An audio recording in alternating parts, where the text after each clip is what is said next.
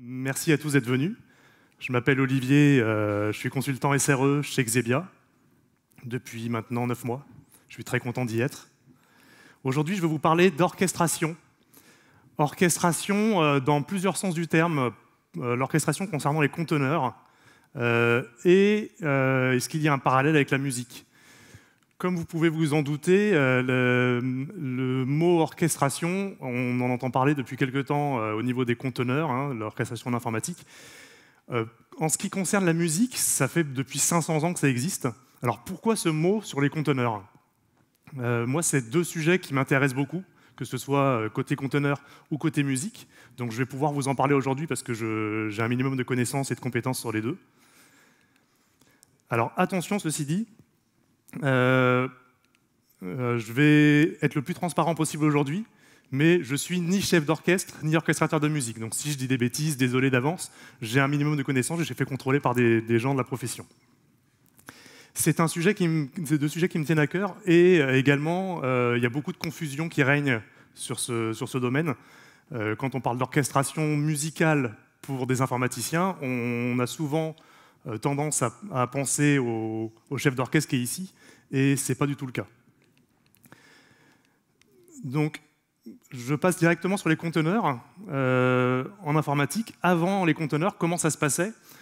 Quand on voulait déployer du code, donc quand on voulait déployer une application sur un serveur, eh ben, on mettait le petit C qui est en fait le code de mon application, et un certain nombre de dépendances qui étaient nécessaires pour faire tourner mon application. Donc ces dépendances, je les ai mises de couleurs différentes parce qu'elles pouvaient être de plusieurs types. Et puis venait, quelques jours ou mois plus tard, une seconde application qu'on déployait sur le même serveur. Donc pareil, le code et ses dépendances. Puis une troisième, et ainsi de suite. Et très vite, ça devenait immaintenable. Quand on voulait enlever une application ou faire une mise à jour des dépendances, c'était très compliqué à gérer. Et voilà, la maintenance devenait très périlleuse. Donc les conteneurs sont venus à la rescousse. On s'est dit, on va demander à nos systèmes d'isoler nos différentes applications et leurs dépendances. Chaque application, on va l'installer avec ses dépendances dans un environnement isolé. Donc, chaque application ne peut plus voir l'application d'à côté, ils ne résident plus sur le même système, elles ont vraiment l'impression d'être isolées. Et les ressources sont également isolées par mon système d'exploitation. Ça s'appelle des conteneurs. L'avantage de ce système aussi par rapport à la virtualisation, par exemple, aux machines virtuelles, aux VM, c'est qu'on va avoir des conteneurs qui peuvent démarrer très très vite. En musique, on va parler aussi d'orchestration. Je vous présente un petit peu la base pour ceux qui ne connaissent pas. Si vous voyez quelqu'un qui lit une partition comme celle-là, c'est qu'il y a forcément un souci, il vous raconte du pipeau. La partition, ça se lit plutôt dans ce sens-là. En musique, donc pour écrire une partition, on se sert de portées. Ça s'appelle des portées parce que ça porte les notes. Donc ici, j'ai mes notes qui se lisent de gauche à droite, de manière horizontale, et ainsi de suite, après de haut en bas. J'ai la hauteur des sons qui symbolise la hauteur des sons qui est symbolisée par la hauteur des notes sur ma portée. Et j'ai une clé au début de chaque portée qui est un petit peu comme un axe, comme l'origine d'un axe, qui me permet de savoir où est ma note. Par exemple, la première note ici, en clé de sol, est ici un sol, le sol que vous avez au milieu d'un piano. Si vous aviez eu une contrebasse, on n'aurait pas pu écrire les notes dans cette clé-là, elles auraient été beaucoup trop basses. Donc on serait servi d'une autre clé pour pouvoir les remettre à leur position. Donc on aurait pris une autre origine. On a aussi toute la notion de temporalité en musique. Donc ici, on a mes notes ont des durées différentes. On a une mesure qui permet de pouvoir cadrer à quel moment arrivent nos notes. Et toutes les notes sont séparées du coup par des barres de mesure qui permettent d'avoir des repères pour les musiciens. Et la dernière des choses, si vous avez plusieurs portées qui sont connectées entre elles, ça veut dire ici qu'on va devoir les jouer non pas les unes à la suite des autres, mais simultanément. Donc là, j'ai 4 instruments, clarinette, violon, alto, violoncelle. Ici, je les joue simultanément. C'est un petit peu le but. Quand on orchestre quelque chose, on va vouloir que les instruments jouent tous en même temps et pas les uns à la suite des autres. Sinon, ça n'a pas beaucoup d'intérêt.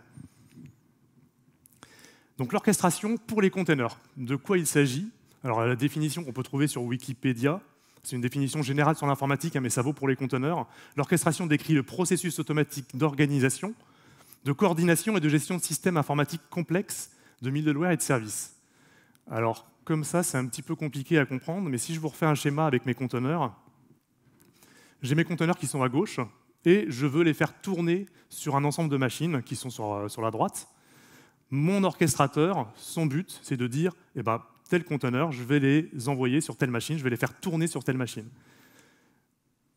Ceux-ci, je vais les mettre sur celle-là, etc. Et c'est lui qui va gérer l'allocation de mes différents conteneurs sur les machines.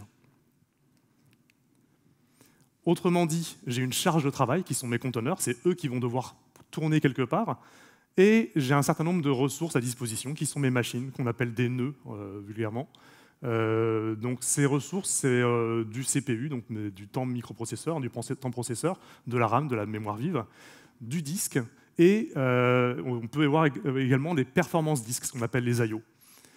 Ici, l'orchestrateur va affecter du coup toutes ces ressources pour chaque conteneur en fonction du type de ressources, de la quantité de ressources dont j'ai besoin, et de contraintes de placement explicites. Donc les contraintes de placement explicites, c'est par exemple dire j'ai besoin d'une machine qui a un disque très rapide ou un SSD par exemple. En musique, l'orchestration, eh ben, ce n'est pas ça. Ça, c'est mon chef d'orchestre, c'est pas du tout un orchestrateur. L'orchestrateur, c'est plutôt ça. C'est quelqu'un qui va écrire une partition pour orchestre. Donc là, j'ai pareil une définition de Wikipédia. L'orchestration est la science musicale qui décrit les règles de distribution des différentes parties ou voix à exécuter aux instruments correspondants. Autrement dit, le compositeur en train d'orchestrer distribue consciemment sa musique aux instruments d'après le rendu qu'il souhaite obtenir. Alors c'est pareil, ça semble peut-être un peu compliqué, mais si on reprend nos termes de charge de travail, on a une charge de travail en fait ici qui est le thème, donc ce qu'on appelle plus couramment la mélodie, et l'harmonie, ce qu'on appelle les accords ou l'accompagnement, qui viennent sublimer la mélodie, qui viennent l'habiller. Et j'ai un ensemble d'instruments qui représentent ici mes ressources. Donc souvent, c'est les instruments de l'orchestre, quand je vais orchestrer pour un orchestre symphonique, par exemple. Le travail d'orchestration, ça va être de fournir une partition avec le même thème, la même mélodie, mais qui va être distribuée pour beaucoup plus d'instruments, distribuée pour tout un orchestre. Donc voilà le résultat qui est à droite ici. C'est le moment de la démo. Alors, je vais commencer côté conteneur. Ici, en ressources, j'ai un cluster, donc c'est un ensemble de nœuds qui sont disponibles. Donc des nœuds qui sont 3 nœuds ici avec 1,5 gigaoctets de mémoire vive disponible, et un master. Alors le master, son rôle, c'est de ne pas justement avoir des conteneurs qui vont tourner dessus, mais c'est lui qui va aller faire tout le travail de dire je place ceci ici, je place cela là-bas. Et ma charge de travail ici, c'est une application 3 tiers. J'ai un front-end web. Donc le front-end, c'est la face avant, c'est la partie que vous voyez quand vous utilisez votre navigateur de l'application. Ce front-end, lui, va parler à un back-end. C'est un petit peu l'intelligence, souvent, qui réside sur un serveur qui est à distance. Et ce back-end s'appuie sur une base de données. Ici, la base de données, c'est une base de données Redis. C'est un petit peu différent des bases de données relationnelles avec lesquelles on a plus l'habitude de travailler. C'est une base de données structurée et qui fonctionne uniquement en mémoire vive. En principe, elle n'est pas écrite sur un disque. Donc cette base de données a l'avantage d'être très rapide. Elle va être utilisée pour du cache ou pour certaines données structurées. Ici, ça va être un compteur. Alors les contraintes que j'ai au niveau du placement justement de mes conteneurs, c'est que mon front-end va consommer 0,5 processeur, donc une moitié de processeur, et 256 mégaoctets de mémoire vive. Le back-end, 0,8 processeur et 512 mégaoctets de mémoire vive, donc un petit peu plus. Et ma base de données consomme 0,8 CPU, donc 0,8 processeur, et 1 gigaoctet de mémoire vive. C'est une base de données qui fonctionne en mémoire vive, donc elle demande un peu plus de mémoire vive. J'ai choisi ici comme orchestrateur Kubernetes. C'est un orchestrateur qui est assez répandu aujourd'hui et qui nous permet d'avoir beaucoup de fonctionnalités. Donc je vais parler de celui-ci. Il y a d'autres concurrents, hein, mais je n'en parlerai pas aujourd'hui. Sur Kubernetes, on décrit tous les déploiements dont je vous ai parlé, toutes les contraintes, je vais les décrire via des fichiers que j'appelle des manifestes. C'est des fichiers dans lesquels j'écris vraiment tout ce que je veux avoir, toutes les contraintes dont je vous parlais. Et j'ai un outil qui s'appelle kubectl, qui est un outil en ligne de commande, qui me permet d'aller parler à l'orchestrateur et de lui envoyer, par exemple, ces fichiers manifestes pour aller faire mes déploiements en tant que tels. Donc, voici un exemple de manifeste. Ici, c'est le manifeste de déploiement du front-end. Alors, vous allez me dire, oula, il y a beaucoup de choses. On va se concentrer uniquement sur les parties colorées. Alors déjà, on nomme le manifeste. Je dis que c'est le déploiement d'un front-end ici. J'ai une seule réplique. Je n'ai pas besoin de plusieurs front-ends. J'en ai qu'un seul qui va répondre ici. Je parle de l'image ici, image Hello World à droite. Cette image, c'est en fait là où c'est un template de mon conteneur. C'est un endroit où je vais pouvoir aller chercher tous les fichiers dont j'ai besoin pour mon conteneur. Et tout à la fin, ce qui est le plus intéressant, c'est les ressources. C'est ici que je spécifie ce que j'ai besoin comme ressources pour déployer mon conteneur. Donc ici, j'ai besoin de 0,5 CPU et 256 mégaoctets de mémoire vive. Et j'indique également des limites à ne pas franchir. C'est-à-dire que mon conteneur, s'il va demander plus que 0,6 CPU, il sera bridé. S'il dépasse 384 mégaoctets de mémoire vive, il sera automatiquement tué, il sera automatiquement arrêté pour éviter justement que tout le monde puisse consommer n'importe quoi sur ma machine. Le déploiement de la base de données Redis, c'est un petit peu similaire, donc je vais passer très rapidement. Le nom est Redis et l'image, c'est une image Redis de .alpine. Voilà. Pareil, j'ai des contraintes qui correspondent à mes spécifications concernant la mémoire. Le back-end, tout pareil, donc je passe rapidement dessus. Et donc je vais procéder au déploiement. Donc mes fichiers sont déjà existants ici. Et avec mon terminal, je vais aller déployer chacun des fichiers. Donc, j'ai une instruction qui s'appelle apply, derrière laquelle je mets directement le fichier à appliquer. Donc, j'ai mes 3 fichiers.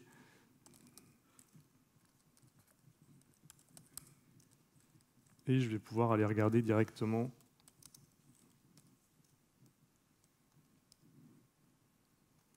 si c'est en train de se déployer. Voilà. On voit ici que j'ai mon back-end qui tourne. Ça y est, le front-end et la Redis tournent également. Donc je vais pouvoir aller sur mon navigateur pour constater si ça fonctionne bien. Voilà. Et donc mon application est déployée. C'est un compteur, comme je vous ai dit. Donc là, il fonctionne en mode offline. C'est uniquement mon front-end qui répond. Par contre, je peux passer en mode online. Et là, mon mode online ne fonctionne pas. Je ne vais pas débugger devant vous, mais ça m'est arrivé aussi pendant les répétitions.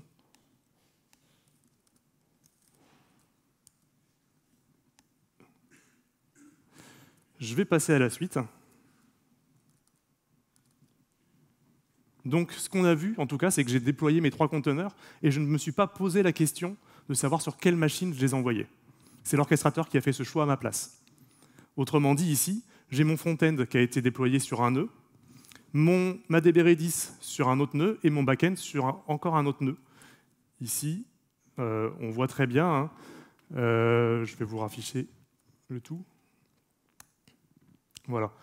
Donc, back-end a été déployé sur le nœud numéro 3, le front-end sur le nœud numéro 1 et Redis sur le nœud numéro 2. C'est mon orchestrateur qui a fait ce choix-là à ma place. Et comme ça, je n'ai pas besoin de m'en occuper. Alors, mon programme évolue. Et donc, j'ai une deuxième version de mon programme où cette fois-ci, alors j'ai quasiment la même chose, c'est juste que mon back-end va utiliser une machine avec des ressources supplémentaires, une machine avec GPU. Qu'est-ce que c'est qu'un GPU? C'est comme le processeur d'un ordinateur, sauf que c'est celui d'une carte graphique. L'avantage, c'est qu'il peut traiter beaucoup plus de petits traitements très rapidement. Donc des traitements en parallèle. Il peut paralléliser beaucoup de choses. C'est utilisé beaucoup en data sur du machine learning pour pouvoir entraîner des modèles. Donc là, mon back-end a besoin d'un GPU. Alors la première chose que je vais faire, c'est que je vais spécifier au niveau de mon orchestrateur. Alors je vais déjà enlever tous mes déploiements.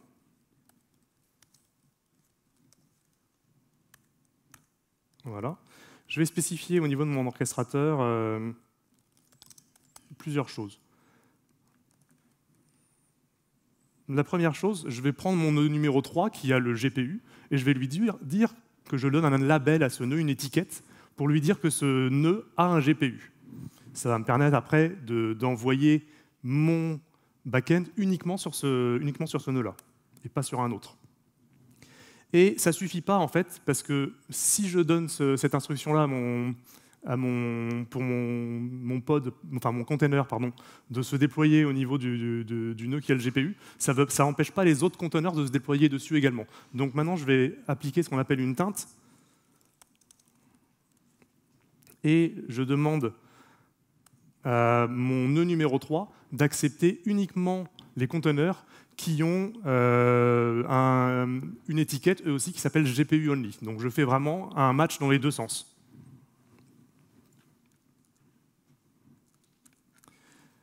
Alors ça va changer rien du tout au niveau de mon front-end et de ma base de données, elles vont se déployer pareil. En revanche, à la fin de mon back-end, à la fin du déploiement de mon back-end, je vais ajouter donc c'est la sélection du nœud, GPU de point trou, et toleration, c'est pour lui dire qu'il a le droit, il a les droits pour aller s'installer sur le nœud qui a mon GPU, donc le GPU only qui est l'étiquette qu'on avait mis dans l'autre sens. Donc je procède au déploiement. Donc, de la même manière, j'applique la base de données, le front-end et le back-end. Et je vais aller regarder l'état de mes pods. C'est en train de se déployer. Donc ça y est, ma base de données Redis tourne sur le nœud numéro 1, le front-end sur le nœud numéro 2 et le back-end sur le nœud numéro 3. On va retenter la démo, des fois que ça se soit arrangé depuis tout à l'heure. Je passe en mode online. Et ça fonctionne. Donc là, si par exemple je repasse en mode offline, que je rouvre sur un autre onglet la démo, si je repasse ici en mode online, voilà, je récupère bien mon compteur. Donc mon compteur est sauvegardé par mon back-end via la base de données Redis qu'on a vue. Alors quelle est la différence avec tout à l'heure? C'est justement le fait d'avoir voulu que mon back-end se déploie uniquement sur le nœud avec GPU. Ça donne un back-end qui est sur mon nœud numéro 3. Le front-end et la DB Redis, il n'y a pas de contrainte, à part qu'ils ne sont pas déployés sur le nœud numéro 3. Par contre, le back-end, lui, est forcément sur le nœud numéro 3. Donc là, voilà, on a spécifié des contraintes. Alors, qu'est-ce que c'est l'intérêt de tout ça? Qu'est-ce que c'est l'intérêt de mon orchestrateur? J'aurais pu très bien envoyer mes conteneurs à la main sur mes machines, mais imaginez que demain, vous ayez 100 conteneurs à déployer et une dizaine de machines. Eh ben, vous avez juste à spécifier des contraintes et automatiquement, c'est l'orchestrateur qui s'occupe de déployer pour vous et de satisfaire les contraintes que vous avez demandées. Si vous avez un nœud, par exemple, qui disparaît, une coupure de courant, c'est aussi l'orchestrateur qui va s'occuper de redéployer mes différents conteneurs sur les autres nœuds. Donc c'est pareil, je n'aurai pas besoin d'être réveillé à 4 heures du matin parce que j'ai une machine qui est tombée, automatiquement ça va se faire, et le lendemain, je pourrai gérer la panne. En musique, on va voir de l'orchestration. Donc j'ai un thème harmonisé déjà, donc un thème avec ses accords. Je vais vous le jouer et on va l'orchestrer tous ensemble. Donc avec le Melodica.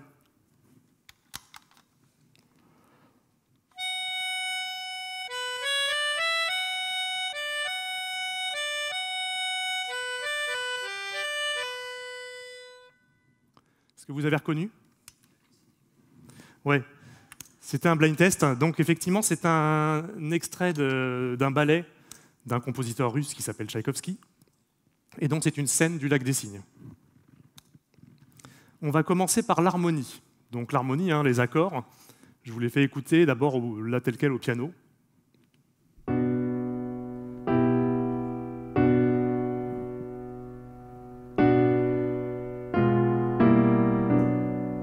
Je ne sais pas si vous avez reconnu que c'est bien les accords. Pour vous en convaincre, je vais chanter dessus.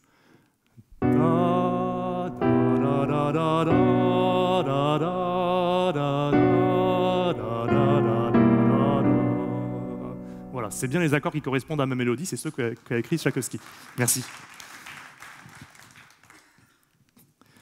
Alors, on va vouloir, pour ces accords, utiliser des instruments de l'orchestre. C'est mes ressources. Donc l'accompagnement, en général, ce que j'aimerais avoir, c'est un fond sonore, une sorte de paysage. Vous imaginez la scène du Lac des Cygnes. Donc je vais devoir choisir un groupe d'instruments pour harmoniser, pour justement avoir ces accords qui soient joués par tout un groupe d'instruments. Dans l'orchestre, il y a un groupe qu'on favorise assez rapidement, c'est les cordes, ou les cordes frottées. Donc ces cordes, on a le violon, l'alto, le violoncelle et, la contrebasse. En fait, il y en a beaucoup, hein, c'est tous des pupitres d'instruments. Pourquoi on les utilise? La première chose, c'est qu'on va avoir vraiment un ensemble homogène qui va couvrir un large spectre. Je vais avoir les graves qui vont être faits par la contrebasse, les aigus par les violons, et tout le spectre va être couvert par tous ces instruments. On a un ensemble homogène qui va être très bien pour du paysage.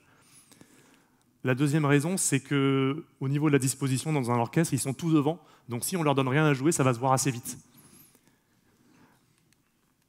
Alors, comment j'orchestre avec, voilà, j'ai mes plusieurs pupitres, hein. En fait, j'ai 2 pupitres de violon 1, violon 2, un pupitre d'alto, un pupitre de violoncelle, un pupitre de contrebasse. Je vais commencer par prendre la note tout en haut du piano et je vais aller la mettre pour les violons 1. Et la note qui suit, celle qui est un petit peu qui est plus bas, hein, je vais la mettre pour les violons 2 et ainsi de suite. Et donc, ça va me donner ça. Vous voyez avec les couleurs, hein. Donc, ça y est, mon thème a été alloué sur mes différents instruments. Voilà le résultat. Et donc, si on écoute, ça donne ça.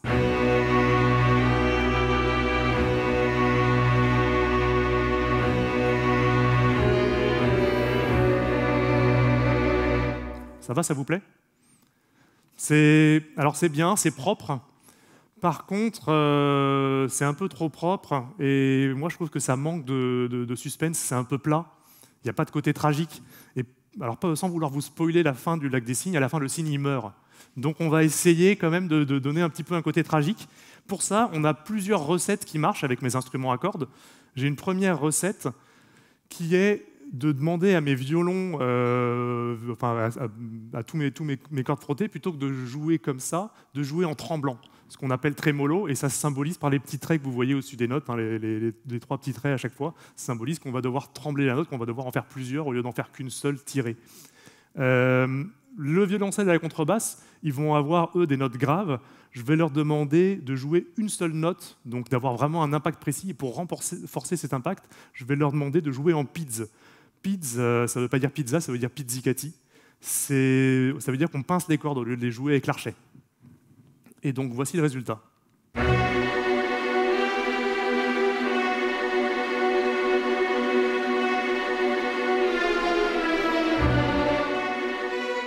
Ok, donc il y a un petit peu de suspense déjà, on sent qu'il va se passer quelque chose. Je vais rajouter un instrument qui va ajouter de la légèreté. Alors qu'est-ce que je peux avoir comme instrument pour avoir de la légèreté dans un orchestre? On les a vus tous tout à l'heure. Moi je pense qu'il y a un instrument qui permet vraiment de symboliser le vol du cygne qui rase le lac, c'est la harpe. La harpe, vous imaginez un petit peu, donc je vais ajouter cet instrument pour avoir de la légèreté. Voilà, il est tout en haut. Je lui ai fait jouer des accords, puisque c'est un instrument où on peut jouer vraiment des accords avec chaque corde peut être jouée en même temps. Et ça donne ça. Ouais, j'arrête parce que ça ne correspond pas du tout à ce que je voulais. Je voulais quelque chose de léger. Et en fait, je suis arrivé à surplomber le tout. Ça me donne quelque chose de plus lourd que le résultat que je voulais obtenir. Donc c'est pas ça du tout que je veux. Moi, ce que j'aimerais, c'est plutôt avoir une harpe où du coup, plutôt que de jouer les accords en même temps que tout le monde et d'alourdir, elle va aller jouer les notes une à une. Elle va aller égrener ses accords. Et donc ça, en musique, ça s'appelle arpégé. Donc voilà comment on écrit ça. On va lui demander de jouer les notes une à une. Et voilà le résultat.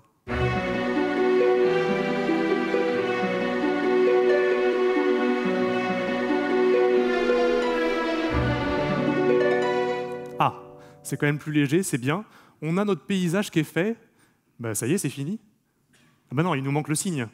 Le cygne, c'est notre mélodie, c'est notre thème. Maintenant, il va falloir lui trouver un instrument dans l'orchestre. Alors, qu'est-ce qu'on va choisir comme instrument? Voilà, hein, ma mélodie est en haut. Je vous propose qu'on essaye avec le mélodica, pour voir si ça correspond déjà à ce qu'on voudrait, comme style de son.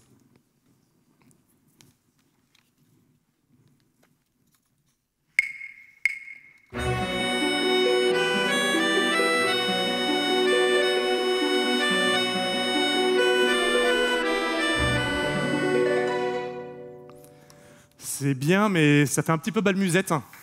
Merci. Ça fait un peu balmusette, je ne suis pas sûr que Tchaïkovski aurait choisi ça. On va essayer avec un autre instrument, la guitare par exemple. Peut-être que Tchaïkovski aurait pu choisir une guitare pour pour l'instrument principal, pour le signe.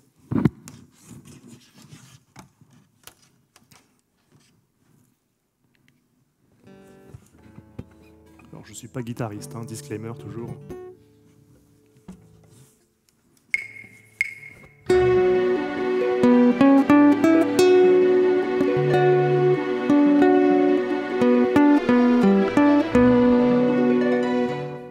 Ok.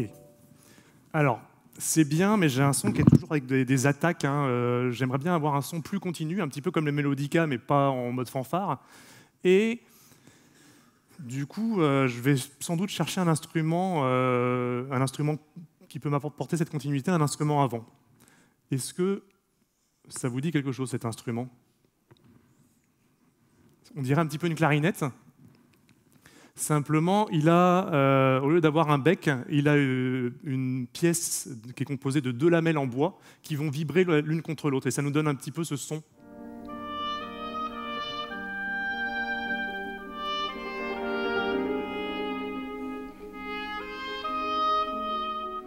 Voilà, c'est les 2 lamelles qui vibrent entre elles qui vont donner ce son un petit peu de canard. Et ben, le canard, c'est parfait pour un cygne. Donc on va essayer avec le hautbois.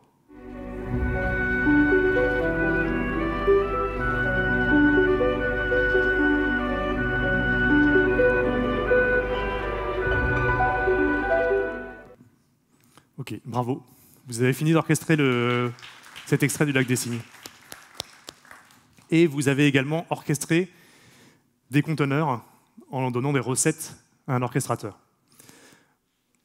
Donc pour faire court, en fait, hein, l'orchestration, c'est de l'allocation de ressources, hein, on l'a déjà vu, pour satisfaire une charge de travail. Ici, ma charge de travail pour les conteneurs, ce sont des conteneurs, et mes ressources sont des nœuds, des machines. Pour la musique, j'ai des lignes de musique et que je vais offrir à des instruments de musique. C'est des instruments de musique qui sont mes ressources. On va voir si on n'a pas d'autres concepts proches entre l'orchestration musicale et le conteneur, et s'il n'y a pas des différences. J'imagine qu'il y a aussi des différences. Alors, on va parler de scalabilité. La scalabilité, c'est le fait de pouvoir s'adapter à un volume donné, à une taille donnée, en fonction de la vie au quotidien, donc et de certains facteurs qui ont été définis. Par exemple, mes conteneurs, ils vont avoir des traitements plus ou moins gourmands. S'ils ont des traitements qui sont très gourmands, il va falloir que je puisse absorber cette charge. Si j'ai beaucoup d'utilisateurs, c'est pareil, il faut que je puisse absorber cette charge. Pour la musique, on va vouloir avoir des choses qui soient plus grandes en volume, qui vont prendre plus de volume, pour des raisons esthétiques, des intentions musicales. Par exemple, si vous êtes en colère, vous allez parler plus fort, c'est pareil, une musique en colère va être plus forte qu'une musique très calme et paisible. On va avoir aussi des recherches sur le timbre. Donc le timbre, c'est le son vraiment qu'ont les instruments, qui va vraiment servir de base d'expression pour les compositeurs à partir du 19e siècle. On va avoir une course à la masse sonore. Donc, on va parler d'abord de scaling vertical. Le scaling vertical, avec mes conteneurs, de quoi il s'agit? Je vais donner plus de ressources à mon conteneur. Donc, je vais lui autoriser de consommer plus. En musique, je vais demander à un musicien de jouer plus fort. Donc là, je vous fais écouter.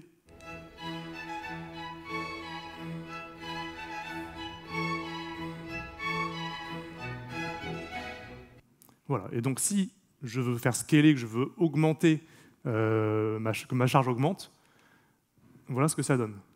Voilà.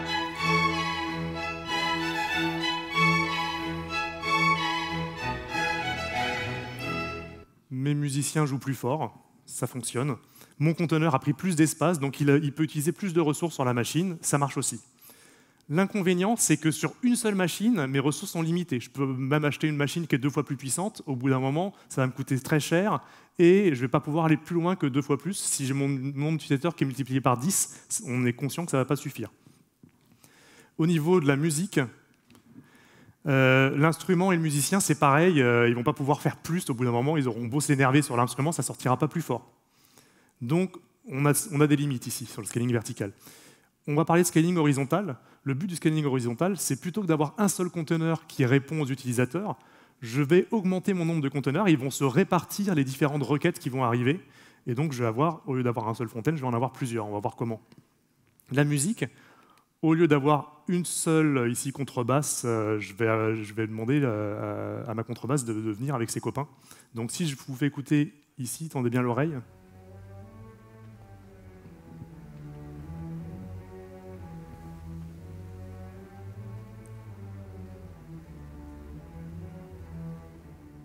voilà, c'était pas un blind test parce que celui-ci, tout le monde l'a reconnu. Ce thème est joué en fait par une contrebasse et un violoncelle. Si j'ai envie que ça puisse scaler, qu'on puisse vraiment avoir beaucoup plus, même s'ils jouaient plus fort, on ne les entendrait pas forcément plus. Donc on va augmenter le nombre d'instruments, et pareil à gauche, on va augmenter le nombre de conteneurs.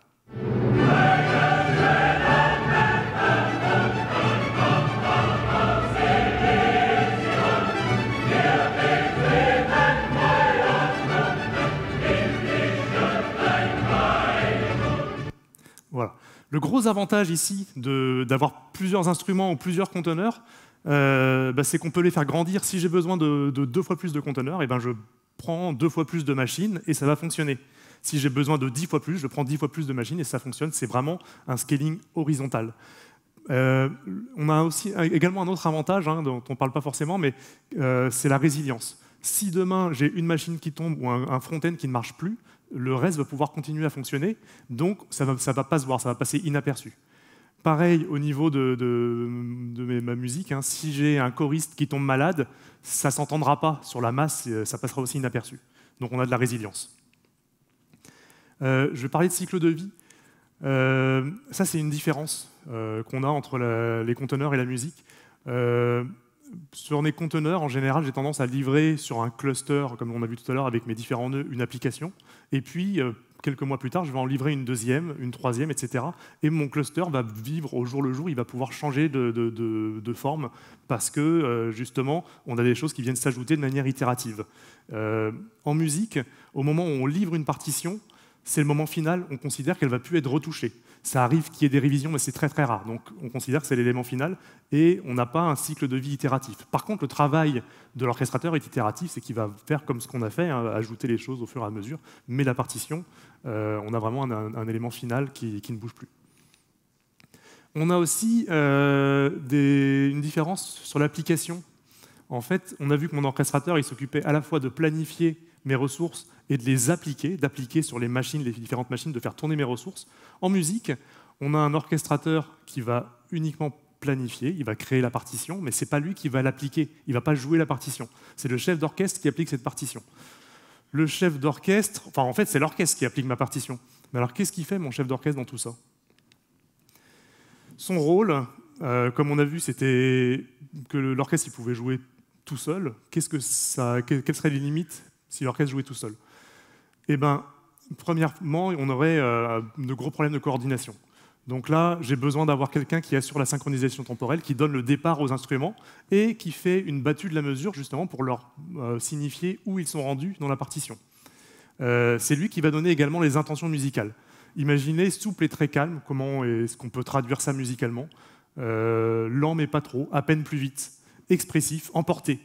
Musicalement, si vous demandez au violoniste de prendre un seul de ces critères, il y a de fortes chances que le trompettiste il fasse quelque chose qui n'a rien à voir. Donc c'est le chef d'orchestre qui va donner, pareil avec ses mains, la façon dont il va, la qualité de son geste, qui va donner ses indications à tout l'orchestre.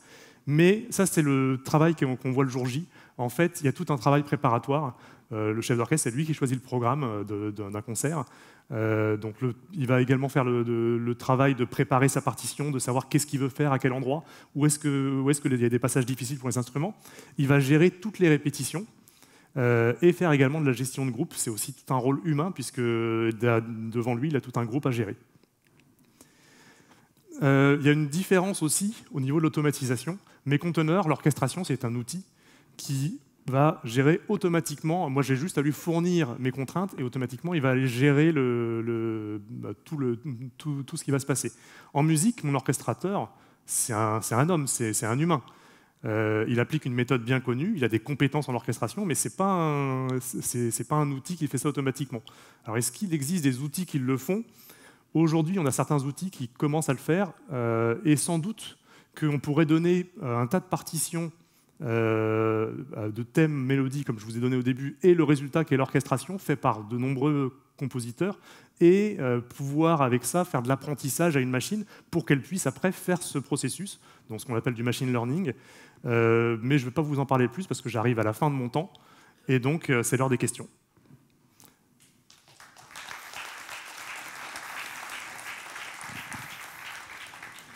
Merci. Je vous écoute. Merci. Merci. J'ai pas beaucoup de connaissances en conteneurs et tout ça. Mais j'ai vu tout à l'heure sur une slide, on voyait sur la notion de scalabilité qu'on pouvait avoir du coup plus de containers et plus de nœuds. Et je me demandais dans quel cas, s'il était préférable d'avoir des fois plus de containers pour le même nœud ou de plutôt multiplier le nombre de nœuds. Et du coup, je pense plutôt en fait, qu'il y a des cas où il y a l'un qui est plus avantageux que l'autre et plutôt dans quel cas.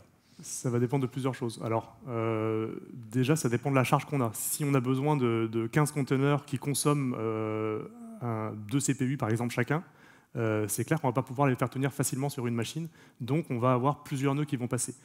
Aussi, si je mets tous mes conteneurs sur un même nœud, tous mes conteneurs du même type sur un même nœud, si mon nœud vient à tomber, ça va aller mon orchestrateur va aller me les envoyer ailleurs, mais le temps qu'il me les envoie, même si c'est quasiment instantané, ça peut prendre quelques secondes à se faire, et du coup, ça veut dire que ça a un impact pour l'utilisateur. Pendant quelques secondes, mon site ne va plus fonctionner. Merci.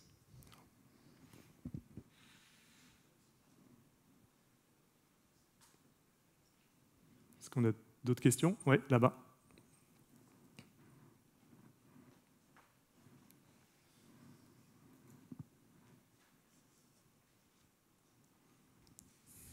Oui, bonjour, merci. Je voulais savoir en fait, qu'est-ce qui vous permet en fait de déterminer les métriques qu'il faut pour une application? Alors, les métriques qu'il faut, soit on peut regarder ce que mon conteneur a l'habitude de consommer, par exemple, avec des applications de monitoring, donc d'aller voir en temps normal ce que consomme mon conteneur. Je peux d'abord lui donner plus de ressources, ce qu'on appelle de l'over-provisioning, et après, je me dire, en fait, il n'a pas besoin d'autant, donc je vais pouvoir, au fur et à mesure, en constatant ce qu'il consomme, pouvoir mieux cibler ce qu'il a besoin. Est-ce que ça répond à la question? Merci. Oui.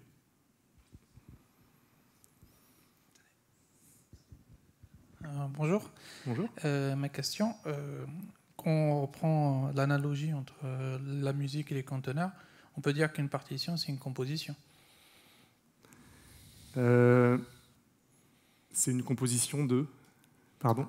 Une partition de musique, c'est une composition de conteneurs, parce qu'on orchestre oui. souvent plusieurs applications ensemble. Le cas front, back. Et pour moi, les contraintes, est-ce qu'elles sont plus liées à l'orchestrateur ou à la composition? Alors ici, on a effectivement nos contraintes, les contraintes qu'on a données à l'orchestrateur. Ici, c'est la composition effectivement qui fixe ces contraintes, et l'orchestrateur lui-même en musique qui va dire, moi je voudrais plutôt ici des violons, plutôt ici des clarinettes. C'est mon orchestrateur qui va fixer les contraintes aussi. C'est des contraintes esthétiques en musique.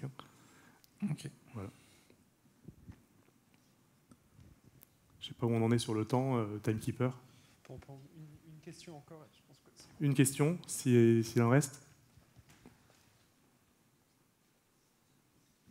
Bonjour. Bonjour. Au niveau des applications, tout ce qu'on a vu au niveau des conteneurs, ça semblait être du stateless, sauf pour la base Redis. Est-ce qu'il y a des moyens, des méthodes de gérer des applications stateful, typiquement pour les bases de données, qu'on ne va pas pouvoir multiplier et éclater à l'infini sur des conteneurs, sinon on va avoir des problèmes de performance entre les différents nœuds? Alors, c'est une très bonne question. Donc ici, en gros, l'application qu'on a vue, à part la base de données Redis, c'est une application qui est sans état. L'état, il est vraiment fait pour la partie base de données. Et donc, est-ce qu'on peut avoir des applications qui stockent de l'état dans un conteneur, dans de l'orchestration? C'est ça la question. Donc oui, c'est possible. Aujourd'hui, on a des mécanismes qui nous permettent de faire ça sur certains orchestrateurs. Sur Kubernetes, on a ce qu'on appelle des opérateurs. Par contre, c'est encore dangereux aujourd'hui. C'est encore tout nouveau. Donc ce qu'on vous conseille, c'est plutôt, si vous devez utiliser des services de stockage comme ça, des services qui ont une mémoire de ce qui se passe, c'est d'utiliser des services managés, mais libre à vous de faire joujou avec les opérateurs et d'avoir justement du stateful sur un orchestrateur. On s'arrête là. Je voudrais remercier toutes les personnes qui sont citées ici.